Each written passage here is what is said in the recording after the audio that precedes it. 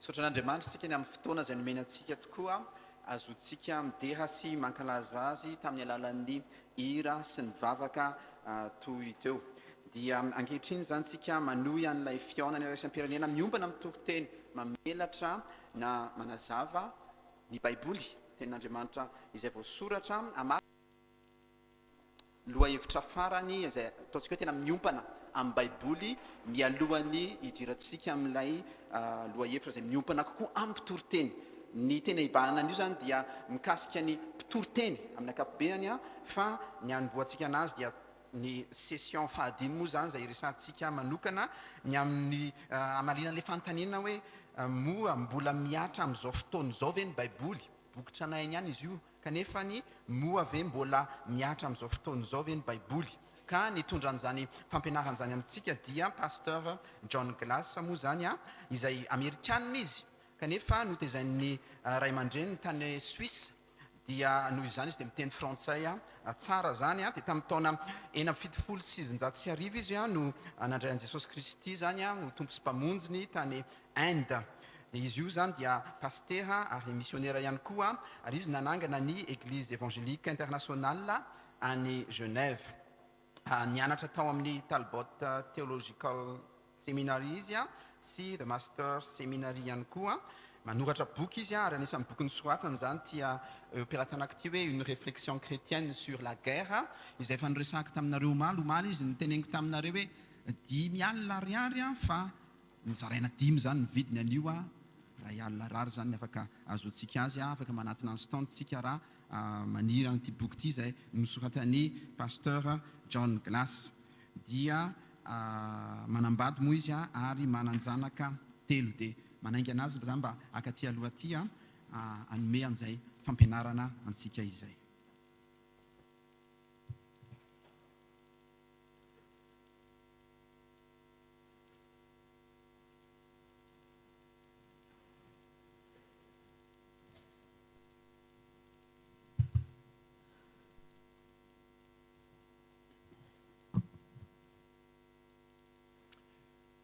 Tena fali tunga etu Madagascar a.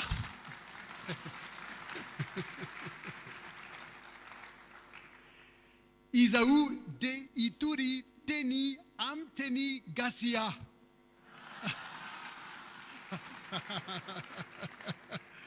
Je blague, ok, je vais pas prêcher dans autre langue, ce serait vraiment catastrophique.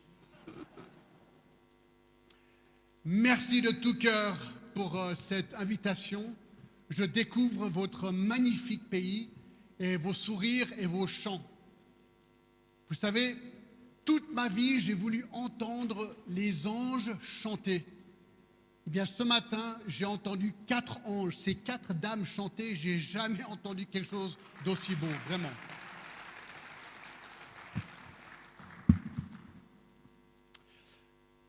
Mon thème de ce matin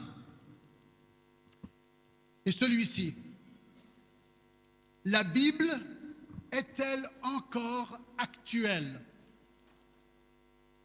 La Bible est-elle encore actuelle?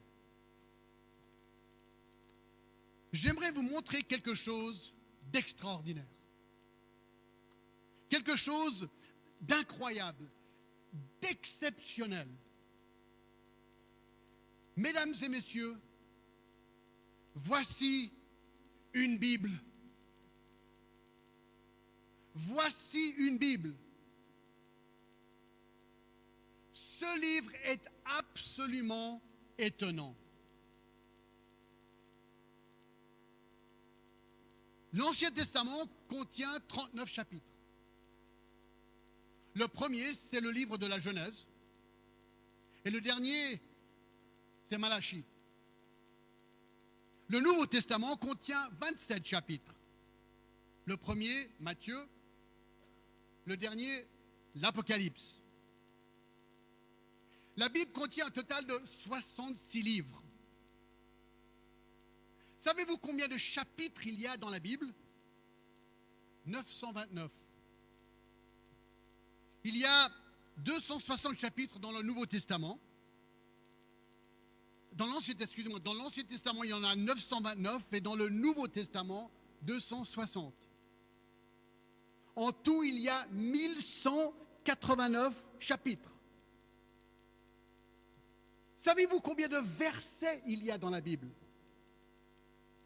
Bon, ça dépend peut-être les traductions, les langues et tout ça, mais dans l'original, globalement, 41 173 versets. Savez-vous combien de mots il y a dans ce livre? De mots. 774 746 mots. Savez-vous combien de lettres il y a dans ce livre? Tenez-vous bien. 3 566 480 lettres. Le chapitre le plus court, le psaume 117. Le chapitre le plus long, le psaume 119. Le verset le plus long, Esdras 8 et le verset 9.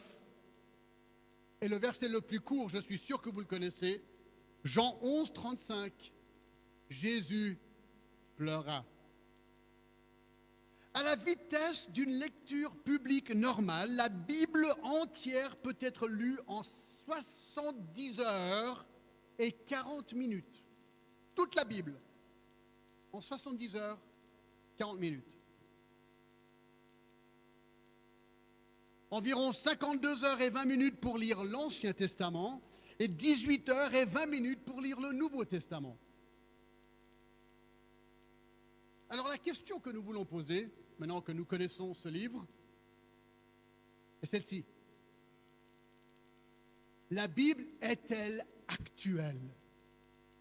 Est-ce qu'elle sert à quelque chose aujourd'hui dans notre monde moderne?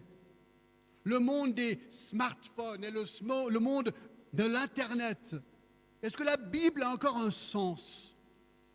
Peut-être qu'on se dit qu'à l'époque des bergers dans l'Ancien Testament, la Bible était utile. Mais aujourd'hui, dans le monde moderne, vraiment, quelle est sa pertinence? Vous savez, ce message m'est très utile parce que j'habite dans un pays, la Suisse, mais en fait j'habite en France, je travaille en Suisse à côté. Et les francophones sont très humanistes. L'homme est devenu Dieu. Et Dieu, le Dieu de la Bible surtout, a été rejeté il y a bien des années. Et donc lorsque je commence à parler avec les gens, eh bien, j'essaye de leur expliquer la pertinence de la Bible pour leur dire non, ce que toi et tes ancêtres vous avez rejeté n'aurait jamais dû être rejeté. Je vais t'expliquer pourquoi. Donc j'espère que ce que je vais vous dire aujourd'hui va être utile dans vos discussions avec les gens que vous connaissez. Alors quelle est la réponse à cette question? Est-ce que la Bible, elle est pertinente, utile, actuelle? Eh bien, la réponse dépend en fait, elle est simple, mais elle dépend de votre compréhension de ce qu'est ce livre, justement. Ou bien, la Bible n'est juste un livre normal, écrit par des gens normaux qui ont donné leur opinion sur des sujets dans la vie. Ou bien, ce livre est littéralement la parole inspirée, soufflée de Dieu. Communiqué à l'homme pour que l'homme puisse connaître qui est son créateur et qu'il puisse comprendre quel est le plan de son créateur pour sa vie ici sur terre pendant qu'il est ici. Alors qu'en est-il? Parole de Dieu actuelle ou juste une fable? Eh bien, dans le temps que nous avons ce matin, j'aimerais tenter de faire deux choses. Premièrement, je vais essayer de vous prouver que la Bible est réellement la parole de Dieu.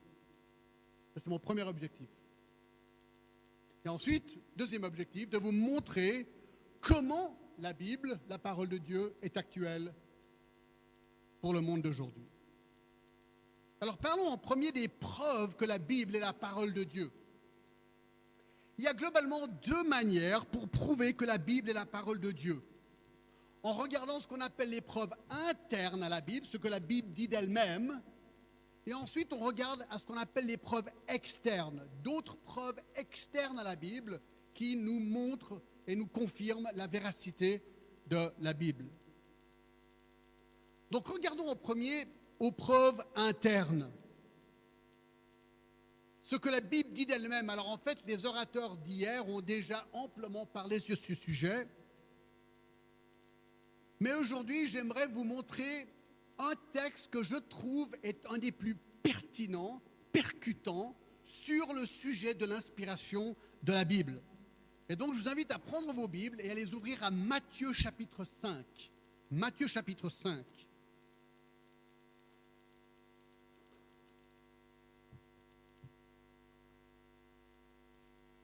Et j'aime beaucoup ces deux versets parce qu'ici, nous avons non seulement des versets qui nous expliquent l'importance de l'inspiration de la Bible, mais c'est la perception de Jésus sur la Bible. Et ça, c'est vraiment important. Donc, regardez, on va lire, d'accord? Matthieu 5, à partir du verset 17. Jésus dit, « Ne croyez pas que je suis venu pour abolir la loi ou les prophètes. Je suis venu non pour abolir, mais pour accomplir. Car, je vous le dis en vérité, tant que le ciel et la terre ne passeront point, il ne disparaîtra pas de la loi un seul iota ou un seul trait de lettre jusqu'à que tout soit arrivé. » Alors, plaçons ce texte dans son contexte brièvement. Il faut comprendre que Jésus était considéré un perturbateur en Israël. Il n'était pas pharisien, il n'a pas fréquenté les grandes écoles des scribes, donc on le regardait d'un drôle d'œil. Un homme sans référence, qui disait un peu n'importe quoi.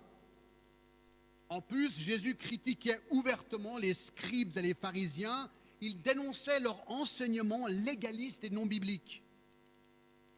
Pire encore, Jésus violait ouvertement les lois et les règles insensées et légalistes et non bibliques établies par les pharisiens, et cela de manière délibérée, pour leur montrer qu'ils interprétaient mal la loi. Alors ça crée un grand clash entre eux et lui. Et alors les scribes et les pharisiens ont décidé d'essayer de discréditer Jésus, tout simplement en disant, mais cet homme ne garde pas la loi, il viole la loi, il abolit la loi.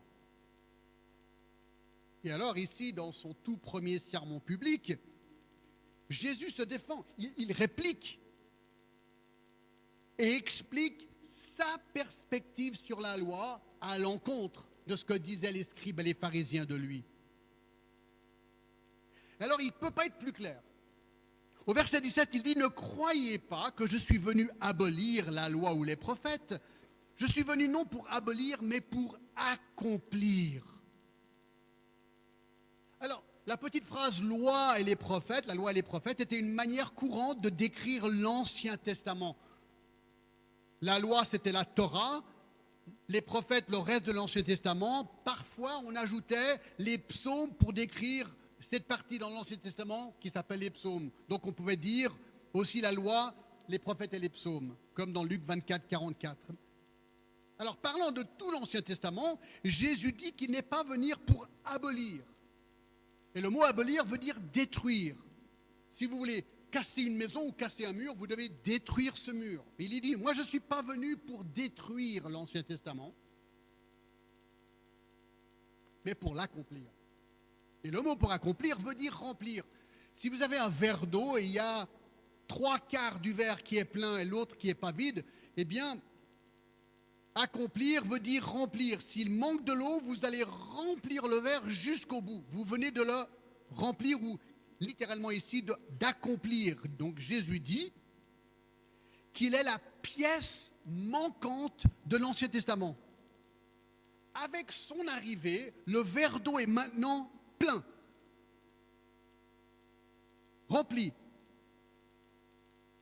Jésus explique en fait que l'Ancien Testament avait un objectif, celui de décrire le plan de Dieu pour l'humanité afin qu'il s'accomplisse. Et Jésus affirme sans équivoque que c'est lui donc l'accomplissement de tout l'Ancien Testament. Alors écoutez, c'est ou bien gonflé ou c'est vrai. C'est incroyable de dire ça. Et dans Jean 5, 39, vous connaissez, Jésus dit, vous sondez les Écritures parce que vous pensez avoir en elles la vie éternelle. Ce sont elles qui rendent témoignage de moi. Et le verset 46, car si vous croyez Moïse, vous me croiriez aussi parce qu'il a écrit à mon sujet. Alors, Jésus, là, en un verset, il dit, écoutez, messieurs, je suis moi, Jésus-Christ, l'accomplissement de tout l'Ancien Testament. Tout l'Ancien Testament parlait de moi.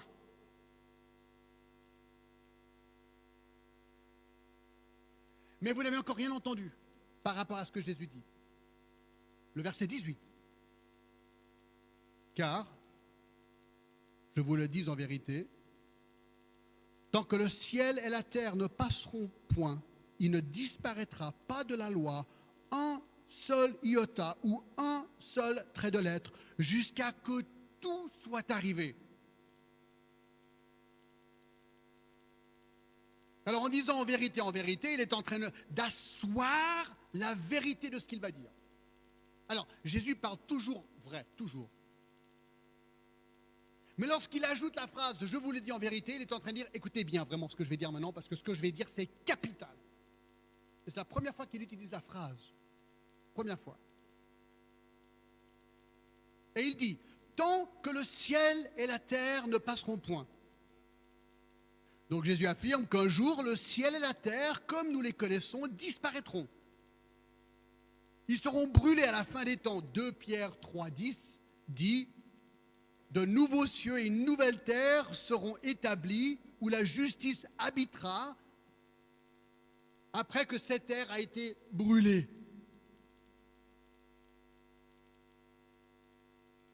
Et ce jour-là, puisque la justice parfaite existera, il n'y aura plus besoin de loi de Dieu, il n'y aura plus besoin de la Bible telle qu'elle lorsque nous serons avec le Seigneur dans ces nouveaux cieux et sur cette nouvelle terre, parce que nous serons face à face avec lui, Apocalypse 22, 3 à 6, et il est la parole, donc nous serons avec lui. Donc, tenez-vous bien, dans le verset 18, il dit qu'un jour, le ciel et la terre passeront. Tous nos pays seront brûlés, terminés, il n'y aura plus rien. Et il dit, il ne disparaîtra pas de la loi un seul iota ou un seul trait de lettre jusqu'à que tout soit arrivé.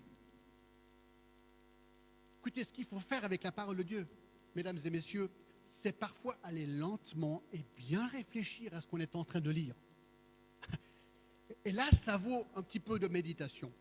Il ne disparaîtra pas de la loi un seul iota ou un seul trait de lettre jusqu'à que tout soit arrivé.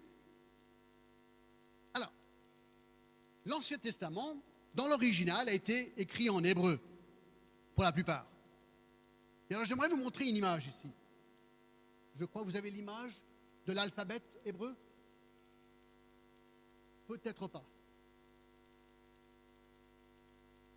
Alors, la plus petite lettre en hébreu, c'est un yod ou un iota.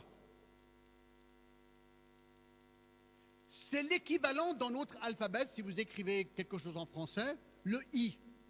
Le i, c'est quoi? C'est un trait avec un point dessus. Donc la plus petite lettre dans l'alphabet hébreu, c'est un iota, un yod. C'est une petite sorte de virgule.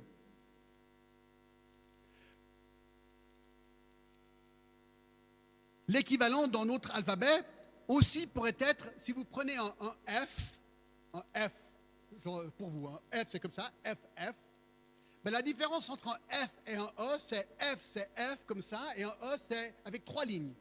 Un F, 2 lignes, un E, 3 lignes. Et donc, ça change la lettre. Mais un trait fait toute la différence. Jésus dit donc ici que pas même une seule lettre de l'alphabet dans la Bible, un iode, ni même un trait de lettre, comme le trait qui fait la différence entre le F et le E, ne disparaîtra jusqu'à que tout soit arrivé. Simplement dit, Jésus dit que dans les manuscrits originaux, il n'y a aucune erreur jusqu'à la plus petite lettre dans l'Ancien Testament. Tout va s'accomplir exactement comme c'est écrit. Donc, un jour, le ciel et la terre disparaîtront, mais pas avant que chaque petit détail minuscule de l'Ancien Testament soit arrivé. Écoutez, mes amis, les implications sont monumentales. Selon Jésus, c'est tout ou rien. C'est tout ou rien du tout. Parce que selon lui, il n'y a aucune erreur jusqu'à la plus petite lettre dans l'Ancien Testament et dans le Hébreu.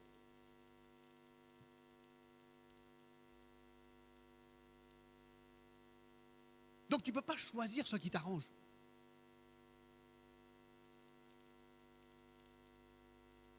Alors les implications sur l'historicité de certains événements dans l'Ancien Testament sont énormes. Par exemple, dans Marc 10,6, Jésus dit que la terre fut créée par Dieu et qu'elle n'a pas évolué. Dans Matthieu 19, 4 à 6, Jésus dit que la création d'Adam et Ève était un fait historique et littéral et ils n'ont pas évolué. Dans Matthieu 24, 38, Jésus dit que Noé a vraiment construit un bateau qui s'appelle une arche et qu'il y a vraiment eu un déluge mondial. Dans Luc 17, 29, il dit que Sodome a vraiment été détruit comme cela est écrit dans la Genèse. Et vous connaissez bien Matthieu 12, 40, que Jonas a vraiment été avalé par un poisson et qu'il est resté dans le ventre d'un poisson vivant pendant 3 jours. Dans Matthieu 12, et le verset 40, Jésus dit « Car de même que Jonas fut 3 jours et 3 nuits dans le ventre d'un grand poisson, de même le Fils de l'homme sera 3 jours et 3 nuits dans le sein de la terre. » Donc il affirme sans équivoque, Jonas a existé, le poisson a existé, il est resté 3 jours dans le poisson vivant.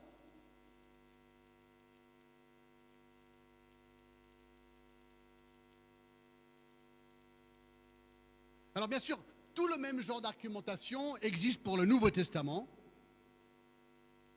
Par exemple, dans 1 Timothée 5, 18, on ne va pas prendre le temps, Paul affirme que l'évangile de Matthieu fait partie de l'Écriture. Il cite Luc 17 dans 1 Timothée 5, 18 et appelle Luc les Écritures. Et dans 2 Pierre 3, 16, Paul déclare que les lettres de Paul font aussi partie des Écritures. Il y a toutes sortes d'argumentations pour montrer que la Bible de A à Z, Genèse à Apocalypse, est inspirée de Dieu. Donc ça, c'est la première manière de prouver l'inspiration de la Bible, c'est de voir ce que la Bible dit d'elle-même.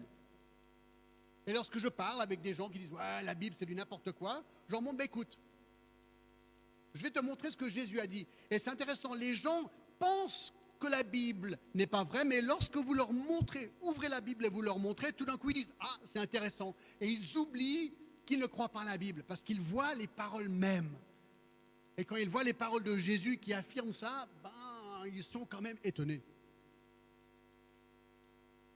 Donc voilà une preuve, l'épreuve interne que la parole de Dieu est bien inspirée de Dieu. Maintenant, regardons les preuves externes. Vous voyez, le raisonnement va comme ceci. si ce livre est vraiment la parole de Dieu, inspirée de Dieu, soufflée de Dieu, jusqu'à la plus petite lettre dans l'original, alors on devrait pouvoir s'attendre que la Bible devrait nous étonner par des affirmations qui ne pourraient venir que de Dieu. Donc la Bible est un prodige parce qu'il vient de Dieu. Alors je vous donne quelques exemples. Il y en a un plusieurs ont déjà été touchés hier. Je vais élaborer un petit peu. Alors numéro 1, ce sont les preuves externes. Numéro 1, la Bible est un prodige de Dieu, premièrement par son unité. Oui, la manière que la Bible fut compilée est un des mystères de tous les temps.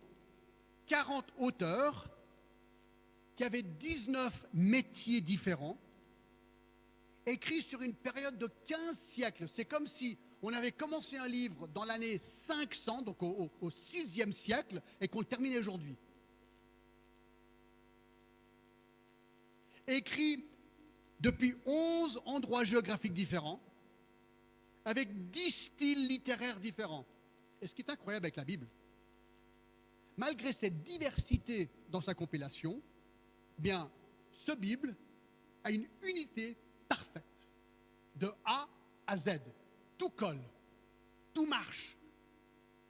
Les prophéties sont accomplies. C'est incroyable l'unité de ce livre, malgré la diversité de sa compilation. Deuxième preuve externe. La Bible est un prodige de Dieu par son indestructibilité.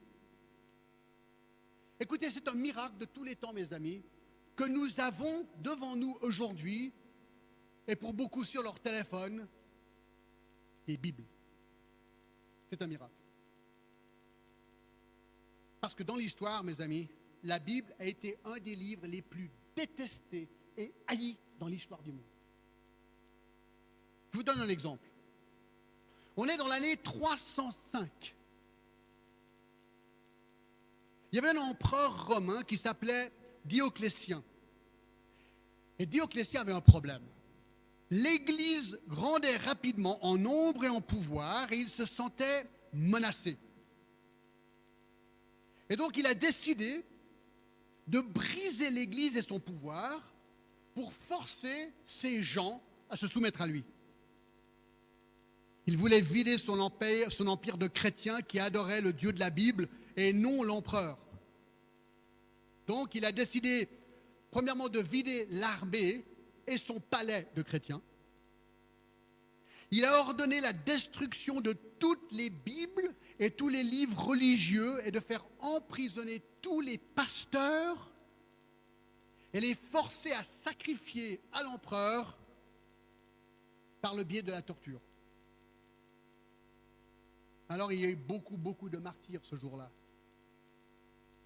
Et après des années de massacres et de destruction, l'empereur croyait avoir finalement détruit toutes les Bibles qui existaient et qu'il haïssait tant.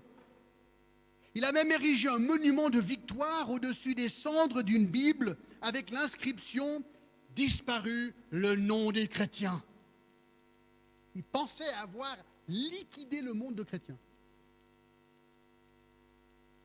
20 ans plus tard, étonnamment, un nouvel empereur est venu sur le trône, l'empereur Constantin, qui s'est apparemment converti au christianisme, et il a offert une récompense pour les Bibles qui restaient. Et en moins de 24 heures, non moins de 50 Bibles ont été sorties de leur cachette et offertes à l'empereur. Mes amis, la Bible est indestructible. La diffusion de la Bible aujourd'hui est un des miracles des temps modernes, et surtout avec Internet. 3. Ah, ça devient vraiment intéressant. 3. Troisième preuve externe, son exactitude historique. Oui, alors la question doit se poser, mais alors ce livre, si c'est vraiment la parole de Dieu, il doit être juste historiquement. Il ne va pas y avoir de faute. Pas une. L'est-il ou pas? En fait, la réponse nous vient des archéologues. Les archéologues qui, eux, creusent pour aller voir. découvrir des trucs. Il y a un célèbre archéologue qui s'appelle J.O. Kinaman. Il a dit ceci, je cite. Parmi les centaines de milliers d'objets découverts par les archéologues, aucun objet n'a jamais été découvert qui contredit ou qui réfute ni même un mot, une phrase, une clause, ni même un paragraphe de la Bible, mais ces découvertes confirment la fiabilité du récit biblique. Vous allez voir, il est en train de dire que toutes les découvertes archéologiques, pas une, à ce jour, ne contredit le message de la Bible. C'est quand même pas rien. Alors je vous donne un exemple. J'ai eu l'occasion, il y a 2 ans en arrière, j'étais invité pour donner une conférence en Allemagne. Et j'ai eu l'occasion d'aller à Berlin. Je n'avais jamais été à Berlin. Et c'était une occasion de découvrir cette magnifique ville. Et j'avais entendu parler d'un célèbre musée à Berlin qui s'appelle le musée Pergamon. Parce que les Allemands avaient été des grands archéologues et ils partaient dans le monde entier faire de l'archéologie. Et le musée est fascinant. Il est connu, entre autres, pour l'authentique porte d'Ishtar construite par Nebuchadnezzar en 775 avant Jésus-Christ. C'est la porte même que Daniel a vue et qu'il a passé à travers pour rentrer à Babylone. Il fallait voir cette porte. Et cette porte, elle est là, dans le musée. Je l'ai vue, je l'ai touchée. C'est incroyable. Mais, ce qui m'a encore le plus réjoui dans ce musée, c'est ce qu'on appelle la salle des Hittites. Pourquoi? Parce que dans mes études de théologie, j'avais entendu dire que justement, les libéraux, ceux qui n'aiment pas la Bible et qui veulent dire « ouais, non, mais la Bible, c'est du n'importe quoi », ils essayent de trouver des preuves pour montrer que la Bible n'est pas vraie. Et une des références, c'était 2 Rois 7, 6. Alors dans 2 Rois 7, 6, il est dit ceci. Le Seigneur avait fait entendre dans le camp des Syriens un bruit de chars et un bruit de chevaux, le bruit d'une grande armée, et ils étaient dit l'un à l'autre, voici le roi d'Israël a pris à sa solde contre nous le roi des Hétiens et le roi des Égyptiens pour venir nous attaquer. Ha! Alors là, les libéraux, ils étaient tout contents. Ils se sont dit, vous voyez, la Bible, c'est du n'importe quoi. Ici, il est parlé dans 2 Rois 7, 6 des Hétiens. Il n'a jamais existé, selon eux, des Hétiens. Inexistable. Je ne crois pas que c'est du français. Ils n'existaient pas. D'accord? Ils n'ont jamais vu une trace des Hétiens de leur vie. Donc, conclusion, la Bible doit être erronée. Imaginez qu'au XIXe siècle, une découverte archéologique a fermé la bouche de ces critiques. Les tablettes égyptiennes de Tel El Amarna ont été découvertes et ces tablettes donnent à ce peuple le nom de Keta ou de Hatti. Des expéditions organisées durant les 12 premières années du XXe siècle ont prouvé que la cité de Bogazgoy en Asie mineure, qui est à l'est d'Ankara en Turquie aujourd'hui, était bel et bien la capitale des Hittites qui existait entre 2000 et 1200 avant Jésus-Christ environ. Vous pouvez aller voir sur Wikipédia l'article sur les Hittites, tout est là. Et alors je me rappelle, j'étais dans le musée de Pergamum à Berlin, je suis rentré dans la petite salle des Hittites où il y avait tout plein de trucs Hittites, et là, je bénissais le Seigneur. J'ai dit, ah Seigneur, c'est super. Je vous garantis que j'étais le seul dans la salle des Hittites en train de bénir le Seigneur, d'accord? Parce que personne n'y comprenait rien. Mais moi, j'étais là, je dis, ah Seigneur, c'est super, c'est 2 Rois 7, 6, monsieur, dame, 2 Rois 7, 6, c'est ici, c'est incroyable. Ah là là là là là là. Mais vous voyez, c'est génial, mes amis. C'est des preuves et des preuves et des preuves. Et ça, c'est qu'un exemple. Un exemple. Je crois qu'ils ont sorti récemment la Bible archéologique. Je ne l'ai pas encore lu, mais je pense qu'il y a plein d'exemples. 4. La Bible est un prodige, quatrièmement, de par son exactitude scientifique. Alors ça aussi, c'est super. En fait, vous pouvez trouver beaucoup de ces exemples dans un livre qui s'appelle Le Grand Livre de la Bible par Wilmington. Le Grand Livre de la Bible par Wilmington, il a plein de ces exemples, c'est très très intéressant si vous ne le connaissez pas. La Bible est essentiellement une révélation de Dieu à l'homme, donc pas un manuel scientifique, on est d'accord, d'accord? Il y a néanmoins des déclarations étonnantes dans la Bible. Par exemple, vous vous rappelez sans doute que pendant des siècles, on croyait que la Terre était plate. Les gens pensaient que le monde était plat comme un disque entouré d'une rivière appelée Océanus. On disait que si tu étais assez fou de naviguer entre les piliers d'Hercule, qui est aujourd'hui le passage de Gibraltar, ils pensaient que si tu traversais Gibraltar, comme ça, cet endroit entre Gibraltar ou bien l'Espagne ou non, entre Maroc, je ne sais pas, ce passage-là, que tu tomberais, et tu disparaîtrais dans le néant. D'accord, c'est ce qu'ils pensaient. Et cette idée dura longtemps, jusqu'à l'année 1500 environ, enfin je n'ai pas exactement la date, où le compas a été inventé au XVe siècle. Donc cette vision populaire a duré jusqu'à l'invention du compas et que cette thèse de monde sphérique soit réellement prouvée par les voyages de Christophe Colomb. Alors pendant toutes ces années où ils pensaient que la Terre était plate, je me suis dit, mais pourquoi est-ce qu'ils n'ont pas lu leur Bible? Ils auraient dû lire leur Bible. Ésaïe 40. Ésaïe 40.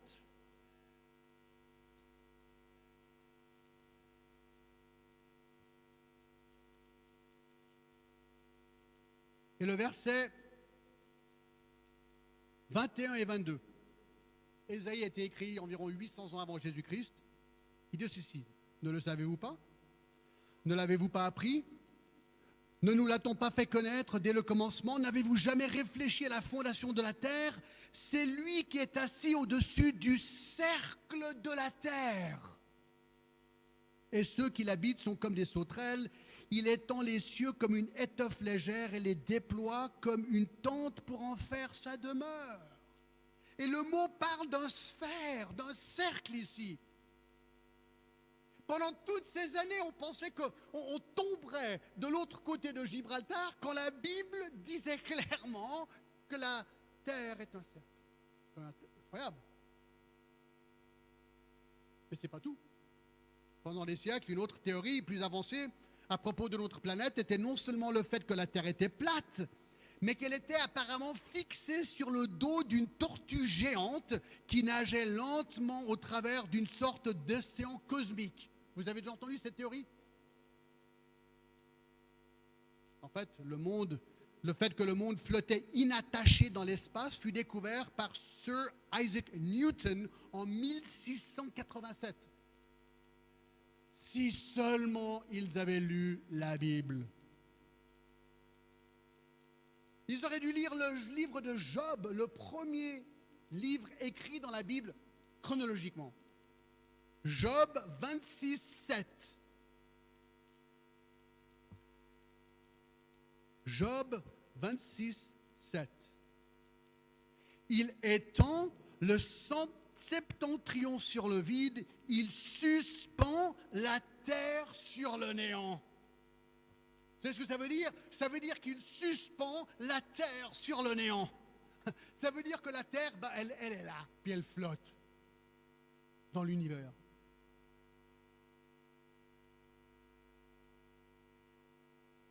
Donc 3187 ans avant la découverte de Sir Isaac Newton, de la découverte, la Bible l'avait déjà expliqué. Mais continuons. 5. C'est encore les preuves externes, n'est-ce pas? La Bible est un prodige de Dieu par son exactitude médicale. De nouveau, ce n'est pas un manuel médical, la Bible, mais elle donne des choses étonnantes. Je vous donne un exemple, parce que j'habite en Europe et j'aime beaucoup cet exemple. Il y a un monsieur Macmillan qui a écrit un livre intitulé « Aucune de ces maladies ». Et il dit que pendant plusieurs centaines d'années, la lèpre avait tué des millions de personnes en Europe. La lèpre était le plus grand fléau médiéval. La peur de toute autre maladie réunie ne pouvait pas se comparer à la peur de la lèpre. Et le summum des ravages était environ au VIe siècle et au VIIe siècle. Alors il disait, oui, il y a des solutions contre la lèpre, moins d'épices sur les nourritures, d'accord, c'est ce qu'il pensait, ou bien que c'était lié au mauvais alignement des planètes. Mais au Moyen-Âge, il y avait quelque chose d'encore pire que la lèpre. La lèpre, c'était la peste bubonique, où la mort noire a frappé le continent. Au XIVe siècle, il est estimé que 60 millions de personnes sont mortes de la peste, tuant au moins une personne sur 4. Puis un jour, la peste s'est arrêtée. La peste s'est arrêtée. Pourquoi? Vous voulez entendre la réponse? La Bible. La Bible. En 1907, les scientifiques ont trouvé la cause de la peste. Les puces sur les rats qui portaient la maladie. Alors, comment faut-il faire pour contrôler cette maladie? Une réponse, quarantaine stricte. Il faut mettre ces gens qui sont malades de côté pour ne pas contaminer l'autre. Mais alors, comment est-ce qu'ils ont découvert cette solution? Eh bien, l'auteur George Rosen dit la chose suivante. Au Moyen-Âge, l'Église décida un jour de prendre la situation en main puisque les médecins n'avaient pas de solution à offrir. L'Église a décidé de prendre comme guide les principes écrits dans l'Ancien Testament sur la guérison des maladies contagieuses. Le livre de Lévitique, en particulier, prescrit leurs remèdes d'une façon extrêmement précise. Et on va lire dans Lévitique 13, versets 45 et 46. Parlant de la lèpre, il dit que le lépreux, atteint de la plaie, portera ses vêtements déchirés et aura la tête nue, et il couvrira la barbe et criera « impur, impur ». Aussi longtemps qu'il aura la plaie, il sera impur, impur. Écoutez bien maintenant, il habitera seul. Sa demeure sera hors du camp.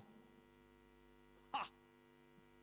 Alors l'Église s'est dite, après les millions de gens qui sont morts, consultons la Bible pour voir s'il y aurait une éventuelle réponse. La réponse, Lévitique 13, 46, quarantaine, la peste fut arrêtée. Moi j'ai envie de dire, alléluia. La Bible, mes amis, c'est un livre incroyable. C'est incroyable.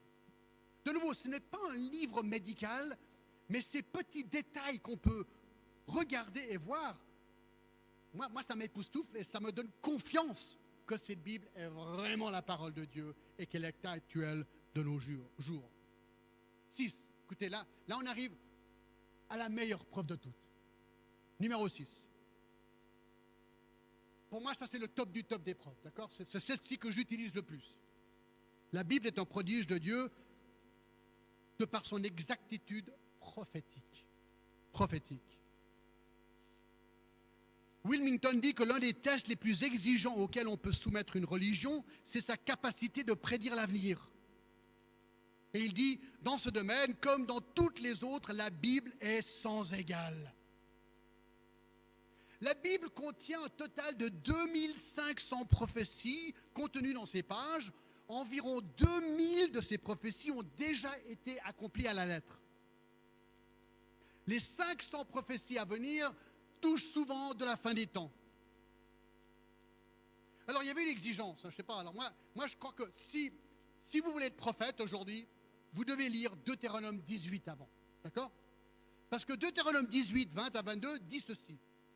Si tu fais une prophétie et qu'elle est fausse, sur un point, tu sais ce qui t'attend? La mort. La mort. Donc moi, les gens que je rencontre qui disent « Ouais, j'ai le don de prophétie », j'ai dit « Écoute, si tu viens dans mon église et tu fais une prophétie, si tu te trompes, on te tue. » Personne n'est venu dans notre église faire des prophéties, c'est incroyable, d'accord? Mais c'était l'exigence. Parce que le prophète, s'il parlait de Dieu, ne pouvait pas se tromper s'il parlait de Dieu.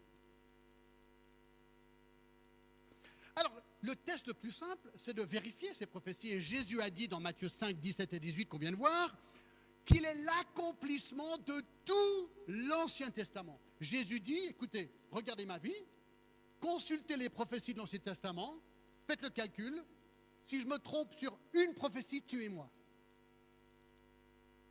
Ah, c'est pas rien. Nous sommes ici devant une des revendications les plus extraordinaires qui soient. Parce que Jésus dit, il va tout accomplir. Alors, c'est assez facile de d'éprouver, alors. Il n'y a rien de plus simple à vérifier. Fais le calcul. Il faut dresser une liste des prophéties dans l'Ancien Testament qui décrivent le Messie et voir si Jésus colle. S'il y a une erreur, terminé. Alors, il y en a des centaines de prophéties sur Jésus. Je vous en donne quelques-unes. Je vais juste les lister. On ne va pas regarder les versets. Je vais juste vous lister quelques-unes des prophéties les plus extraordinaires qui existaient dans l'Ancien Testament et qui parlaient du Messie à venir. Par exemple, juste comme ça pour commencer, qu'il serait né d'une vierge. Ésaïe 7, 14. Qu'il serait né à Bethléem. Michée 5, 1 à 2. Qu'il ferait une entrée triomphale à Jérusalem sur un âne, le petit d'une ânesse. Zacharie 9, 9. Qu'il serait trahi par un ami pour 30 pièces d'argent. Zacharie 11, 12. Que l'argent avec lequel il serait trahi serait utilisé pour acheter un champ appelé le potier. Zacharie 11, 13. Qu'il serait un homme de douleur et de souffrance. Ésaïe 53, 3. Qu'il serait frappé et qu'on lui cracherait dessus. Ésaïe 50, 5 à 6. Qu'on lui donnerait du vinaigre à boire. Psaume 69, 22. Qu'il serait crucifié avec les mains et les pieds percés. Psaume 22, 15 à 17. Et qu'on partagerait ses vêtements pour le tir au sort. Psaume 22, 18. Ah oui, peut-être quand même un dernier. Et qu'il ressusciterait des morts. Le psaume 16, 7 à 10. Alors voici juste quelques-unes. J'ai toute une liste ici, j'en ai 30 devant moi, il y en a beaucoup plus. Voici quelques-unes des prophéties dans l'Ancien Testament qui parlent du Messie à venir. Et Jésus a dit, je suis le Messie. Je suis l'accomplissement de toutes ces prophéties. Alors il y a deux arguments contre cette proposition. Les gens diront, ouais, non, mais écoute, c'est facile. C'est facile. Jésus a fait une liste de toutes les prophéties dans l'Ancien Testament et il se les appliquait à lui-même. Donc, il avait les prophéties et puis il a tout fait dans sa vie pour les appliquer. Alors, moi, je trouve que ça, c'est une très, très bonne réponse si vous ne voulez pas réfléchir. Comment prédire son lieu de naissance? Mais surtout, comment faire pour planifier le fait que tu serais né d'une vierge? Ça, c'est franchement compliqué, je trouve. D'accord. L'autre argument est très simple, c'est ouais, non, alors écoute, c'est un coup de chance. Jésus a un immense coup de chance. Il a accompli par chance toutes les prophéties dans l'Ancien Testament. Alors de nouveau, ça c'est une super argumentation si tu veux de nouveau pas réfléchir. Parce qu'il faut vraiment avoir beaucoup de chance pour être né d'une vierge. Non, mes amis, écoutez. Ces arguments sont tellement poignants et nous donnent une confiance absolue dans ce livre. La Bible, la parole de Dieu. Alors maintenant, c'était le sujet de mon message. Et je l'ai presque fini. Deuxième grand point, quelles sont les preuves que la Bible est encore actuelle alors? On vient de montrer que la Bible est vraiment la parole de Dieu, avec les preuves internes et externes, mais est-ce qu'elle est actuelle? Est-ce qu'elle est actuelle? Écoutez, si la Bible est vraiment la Bible et la parole de Dieu, ce qu'on vient de prouver, ben elle doit être actuelle dans tous les domaines de votre vie. C'est simple.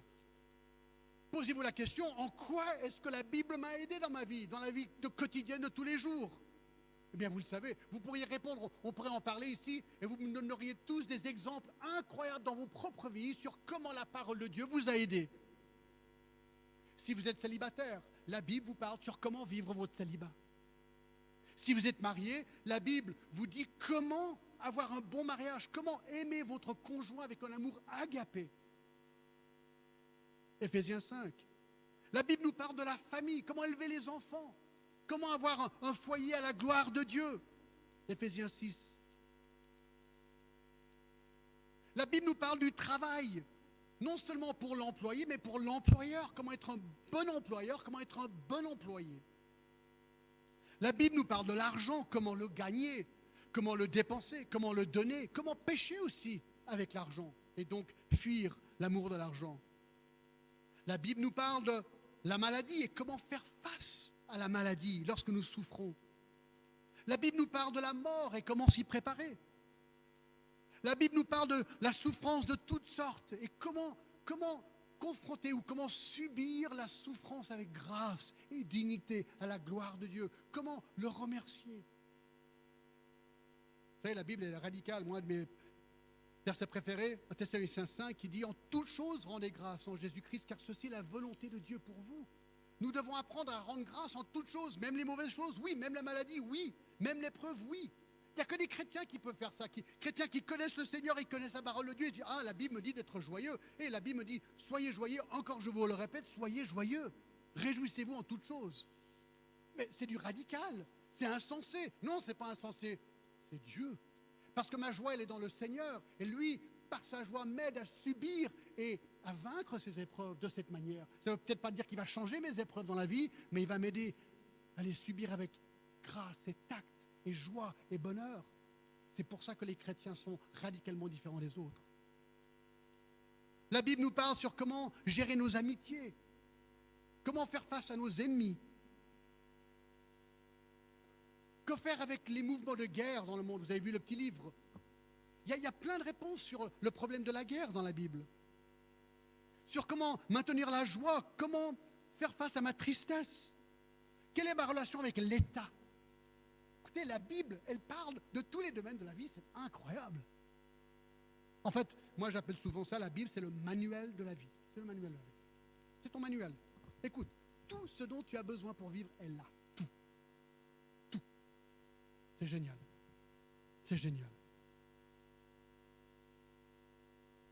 Donc, premièrement, la Bible est actuelle encore du fait qu'elle touche à chaque domaine pratique de votre vie. Deuxièmement, la Bible est encore actuelle à cause de son influence universelle. Pensez-y. Ça, c'est vraiment intéressant. Chaque livre que vous avez, il y a une date devant. Et cette date, c'est la date de la naissance de Jésus-Christ. C'est quand même incroyable. Le monde, du moins occidental aujourd'hui, se définit par la naissance de Jésus-Christ. Vous ne trouvez pas que ça, c'est une influence du nom de Jésus-Christ dans le monde? Même les livres païens, ils ont tous la date de la naissance de Jésus-Christ. C'est marrant, je trouve. L'art par Jésus-Christ est tout simplement prodigieux. Si vous allez à Paris, au Louvre, le musée du Louvre, bien vous verrez. Mais j'ai l'impression que la plupart des tableaux ont un thème biblique d'une manière ou une autre. Il y a des artistes comme Léonard de Vinci, Rembrandt, Raphaël, Michel-Ange. Mais c'est incroyable ce que ces gens ont peint, inspirés par la Bible. La plupart des jours fériés dans le monde sont chrétiens dans leurs origines. Écoutez la musique qui a été... Écoutez, j'ai écouté votre musique. Votre musique est super belle. Franchement, là, c'était heureux. Vous avez une musique heureuse. Puis vous applaudissez, ah, c'était super, vous teniez les mains comme ça, c'était génial. Vraiment, c'était beau, moi, j'ai jamais vu ça. Hein. Ah, c'est super, ça. Mais la musique a tellement été influencée par les chrétiens. Bach, Mendelssohn, Brahms, ce sont des compositeurs classiques. Beethoven, Handel, Haydn. Savez-vous que le cannibalisme a pris fin à cause du christianisme? Et comme parler des lois des pays occidentaux qui essayent de défendre les droits des personnes humaines, qui prônent l'égalité et la justice, mais beaucoup de cela découle des 10 commandements, du décalogue. La Bible a eu un impact énorme, même si on ne peut pas dire que l'Europe et l'Occident est chrétien aujourd'hui. L'influence de la Bible sur l'Occident est incroyable. Si vous venez à Genève, je fais des tours de la Réforme. Jean Calvin était un grand prédicateur de la Réforme. Et je montre des sites spécialisés sur Calvin, dont un mur. Et ce mur montre l'influence de Jean Calvin, mais surtout l'évangile qu'il prêchait tiré de la Bible, dans les pays de l'Allemagne, la Hollande, la Suisse, la France, la Grande-Bretagne, l'Écosse, les États-Unis, la Hongrie. Il montre tout simplement l'effet de l'évangile sur la planète.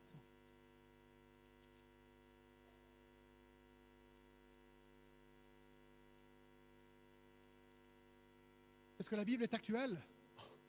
Ah ben dis donc. Allez, dernier point. La Bible est actuelle, dernière chose, pour cause de son pouvoir de transformer les vies. Écoutez, mesdames et messieurs, si vous êtes ici ce matin, c'est parce qu'à un moment donné, Dieu a transformé votre vie. Et ce Dieu, vous avez appris à parler de lui à cause de ce livre. C'était en 1976. J'étais un étudiant, j'avais 19 ans. J'ai grandi à Genève, mon père était homme d'affaires à Genève, américain, donc je suis américain à la base. Et à l'âge de 19 ans, mes parents m'ont envoyé pour faire mes études aux États-Unis, universitaire. Et après ma première année universitaire, eh bien, je suis devenu un hippie. C'était l'époque des hippies. J'avais les cheveux jusqu'à là. Je fumais des tas de choses que je ne devais pas fumer. Je vivais une vie de débauche sexuelle. Puis j'étais mal dans ma peau. Je me suis dit, il faut que j'aille voyager, voir le monde. J'ai quitté l'université, je suis rentré à Genève. J'ai pris un sac à dos et j'ai pris toutes mes économies. À l'époque, c'était 3 € par jour. Et je voulais voir jusqu'à où je pouvais partir. Donc le premier mois, je suis parti de la Suisse et je suis allé en Allemagne, Autriche, Hongrie, Roumanie, Yougoslavie, Grèce. Mon objectif, bronzer. Ah ouais. J'aimerais être bronzé comme vous, je ne suis pas bronzé comme vous, d'accord? mais j'aimerais, en fait, vous savez, si vous êtes sur une île grecque pendant 6 semaines, vous bronzez. J'ai bronzé, d'accord? Donc j'avais un look cool, bronzé, les cheveux longs, blancs, waouh, c'était super. Mais j'étais vide. Vide. Je suis allé en Israël, travailler dans un kibbutz, une ferme. Puis un jour, je suis allé à Jérusalem et je suis allé à l'intérieur du tombeau de Jésus. On peut le visiter, il est vide. Puis là, je me disais, mais c'est dingue, je suis dans le tombeau de Jésus-Christ, c'est incroyable. J'avais les frissons, quoi. Et je suis allé à Golgotha, juste à côté, c'est là où il a été crucifié. Et là, j'ai pleuré comme un bébé, mais je ne sais pas pourquoi. Il y a un gars qui m'a dit, John, si tu veux comprendre le sens de la vie, il faut aller en Inde. J'ai dit, ok, j'y vais. Je suis remonté en Turquie, j'ai trouvé un bus bleu qui partait en Inde pour 40 $. Je suis rentré dans le bus et pendant 6 semaines, on est allé Turquie, Iran, Afghanistan, Pakistan, Inde. Je suis arrivé à New Delhi. La pauvreté, j'étais complètement perdu. Et j'ai décidé de rentrer. J'avais toujours assez d'argent pour un billet d'avion. Donc le lendemain, je partais. J'étais dans la rue à New Delhi et j'ai rencontré un homme. C'était un missionnaire hollandais. On s'est assis, il m'a dit, John, est-ce que je peux te montrer un verset dans la Bible? Ma réaction, ah non, alors moi la Bible, c'est pas mon truc. D'accord? Ensuite, il m'a dit ceci, John, c'est le best-seller de tous les temps, tu devrais au moins connaître un verset. Essayez, ça marche. D'accord? Ça marche. Il a ouvert à Jean 3,16.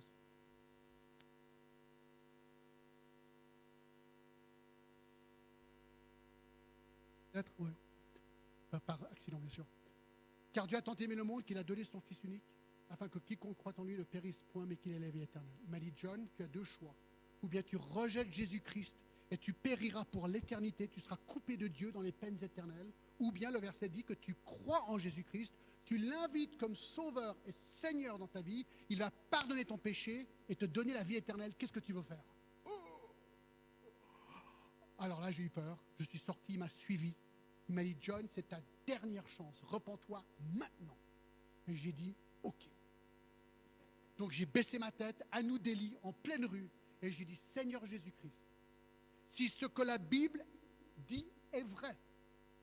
Ça veut dire que tu peux me pardonner mon péché dans la personne de Jésus-Christ et m'accorder la vie éternelle.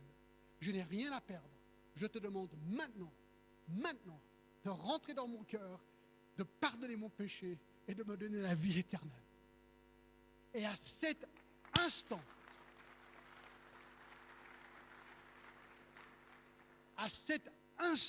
mesdames et messieurs, le Dieu de l'univers est rentré dans mon cœur. Et en un instant, m'a pardonné tous mes péchés, passés, présents et futurs, pour l'éternité, et me garantit la vie éternelle. Amen. Amen.